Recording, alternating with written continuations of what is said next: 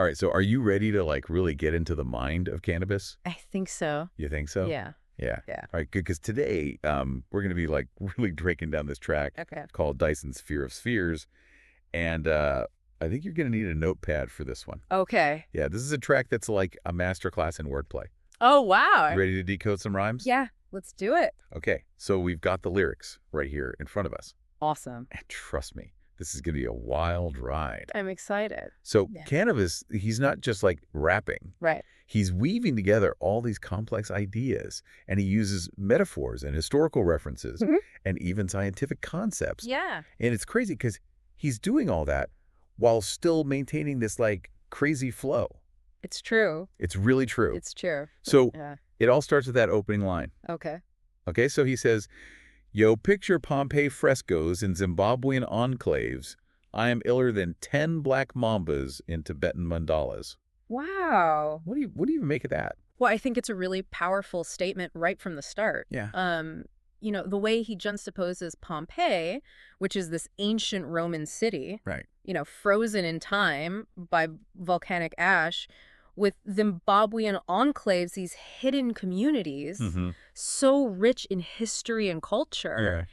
It really sets this tone of contrast and this like hidden depth. Yeah. It's like he's saying, look, I'm bringing together all these different worlds, Yeah. you know, different timelines, all within my rhymes. And then on top of that, you've got like the black mambas, Right. which represent danger. Mm-hmm. And then you've got like the Tibetan mandalas representing spirituality. Exactly. So he's saying that his rhymes are like potent, Yeah. but they're also insightful. They're both. Yeah. That's the beauty of Canibus's style. Yeah. He layers these images so it creates this multi-dimensional experience. Yeah. For the listener, you're not just hearing the words, Right. you're visualizing this world that he built through his language. Yeah. It's definitely not your typical like cars and clothes rap. No, it's not. That's for sure. And it's not. And it keeps going. Yeah. So a little later on, he says, "I flow like a high rail truck with a flywheel clutch, you stuck in rush hour traffic. I bypass the Dutch."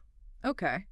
So what's he talking about there? Well, he's using this really specific image, this high rail truck with a flywheel clutch, Yeah. to really show his dominance in the rap game. Okay. It's like he's saying, I'm operating on a totally different level, Right. like a higher frequency while everyone else is stuck In the mundane. in the mundane. Yeah. And the flywheel clutch is key here Okay. because it allows for this really smooth, powerful acceleration. Yeah. And that perfectly mirrors his flow and delivery. Yeah. And bypassing the Dutch, I mean, that could be a reference to him avoiding the traditional gatekeepers of the music industry. Exactly. From- He's saying he's independent, Yeah. he's forging his own path, and he's not relying on like the usual channels for success. Right. And that independence is crucial to his artistic freedom. And so that kind of brings us to like Okay. the social commentary that's Yeah. like woven throughout this song. Right. He doesn't shy away from tackling like tough topics at all. He doesn't. So he says things like Special Agent Alexander, gerrymandering cancer communities, drug confiscation, slave class martial law. Like it's Yeah. pretty heavy stuff. Yeah. What's your take? Well, I think he's not afraid to speak truth to power. Yeah. And the line about Special Agent Alexander, Yeah. it's really interesting because it's kind of open to interpretation. Right. It could be a reference to like Alexander Haig, Yeah. who was this really powerful figure in the U.S. government, Yeah. and he was linked to all these different controversies. Yeah. And it's interesting how he connects that to gerrymandering Mm-hmm. and these cancer communities, Yeah. which suggests a deliberate manipulation of systems to keep certain groups disadvantaged. Right. He's drawing a line between political power corruption Mm-hmm. and the exploitation of marginalized communities. And then there's that line about drug confiscation and slave class martial law. Yeah. That sounds pretty dystopian. It does. And I Yeah. think it speaks to this larger theme in Yeah. Canibus's work, Mhm. which is this like blurring of the lines between reality and science fiction. Right. So he's taking these very real issues Yeah. and like projecting them into this futuristic scenario, Yeah. which makes us question, like, where are we headed as a society? So even in just these first few verses, Right. we've got history, Yeah. we've got science, we've got social commentary, and all of that is packed into these intricate rhymes. Yeah. It's like, I'm starting to see why they call him a lyrical genius. He really is. He's in a league of his own, Yeah. for sure. We're just scratching the surface here. Yeah. There's so much more to unpack in Dyson's Fear of Spheres. Absolutely. And for those of you listening, I highly recommend checking out the full song. Yeah. You can find it on C Radio Spotify or Rippers Unite YouTube. Yeah. It's an experience you won't forget. For sure. Welcome back to our deep dive into Dyson's Fear of Spheres.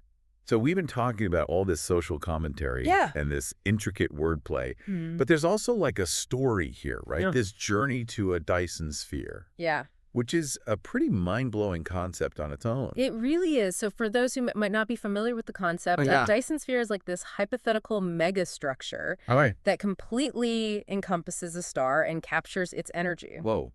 Yeah. It was popularized by physicist Freeman Dyson. Boy. And it speaks to this idea of advanced civilizations harnessing the power of stars. So when Canibus says, I've been to that place of abundance called the Dyson sphere. Yeah. He's not just talking about a physical location. Right. He's using the Dyson sphere as a metaphor for this realm of ultimate knowledge, this source of immense power and possibility. Which makes the creatures that he encounters inside even more interesting. Yeah. He describes them as like a cross between a pig with the face of a squid. Oh, wow.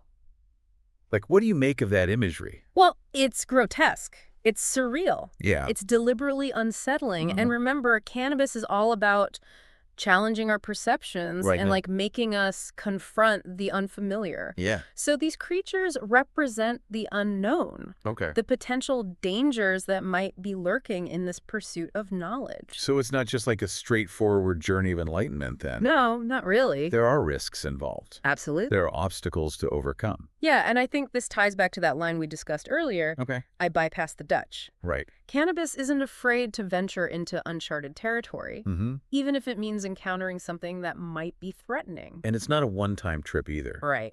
He says, I got to get back to where I live from that place of abundance called the Dyson sphere. Yeah. So there's this sense of going back and forth, this constant struggle between like the familiar and the unknown. I think that's a crucial point. Yeah. The cyclical nature of the journey really emphasizes this ongoing process of learning and discovery. Yeah. It's not a linear path. Right. It's this constant like push and pull between comfort and exploration.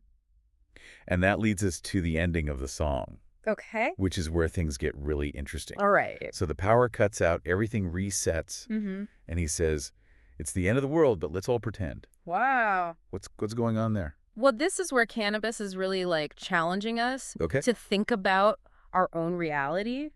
Is the cyclical ending like a metaphor for our tendency to ignore these uncomfortable truths? Right. Are we choosing to pretend that everything is fine, even when things are falling apart around us? It's like we're trapped in this loop of denial. Yeah. Unable or unwilling to face the reality of our situation. Exactly. And the fact that he doesn't even know what he's seen adds another layer of complexity. Right. It suggests that even after this incredible journey, this exploration of ultimate knowledge, there's still so much we just don't understand. It's humbling. It really is. He's reminding us that knowledge isn't just about accumulating facts. It's about confronting the unknown, embracing uncertainty, and being willing to question everything.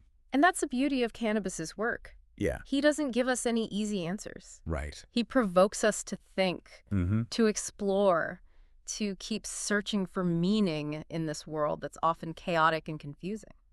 And for those of you who are ready to take that journey with him, we highly recommend revisiting the lyrics of Dyson's Fear of Spheres. Yes, definitely. You can find the song on C Radio Spotify or Rippers Unite YouTube. Trust me, it's worth a deep dive. We're back. And man, we've been talking about all the deeper meaning of the social commentary. But we can't forget, like, Canibus is like a master of wordplay. It's not just about the big ideas. Right. It's like the way he crafts each line, each phrase.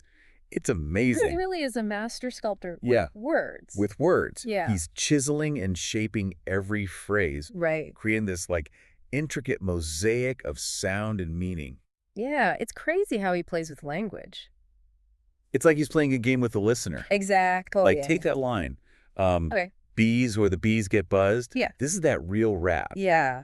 It's playful, but there's also like a deeper meaning there. Absolutely. He's using that wordplay to emphasize the authenticity of his art. Okay. It's a reminder that real rap isn't just about catchy hooks. Yeah. It's about the craft, the skill, Right. the dedication to the art form. Like he's saying, this is the real deal, folks, pay attention. Exactly. Yeah. And the way he blends those complex rhymes with that social commentary, that's really something special. It is. Like that line, Special Agent Alexander gerrymandering cancer communities. Like the alliteration, the way those words flow together. It's not just about what he's saying. Right. It's how he's saying it. Exactly. The sound reinforces the message. He's using every tool Yeah. at his disposal to create an experience for the listener that engages both the mind and the ear.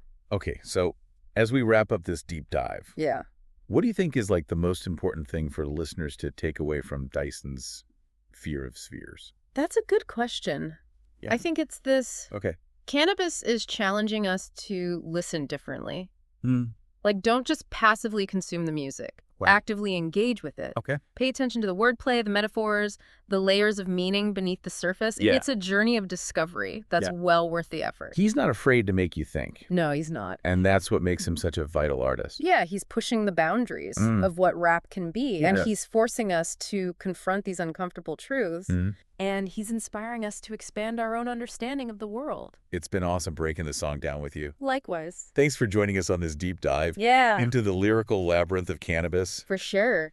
If you are ready to explore more, be sure to check out Dyson's Fear of Spheres. Yeah. You can find it on C Radio, Spotify, or Rippers Unite YouTube. And keep those ears open. There's always something new to discover.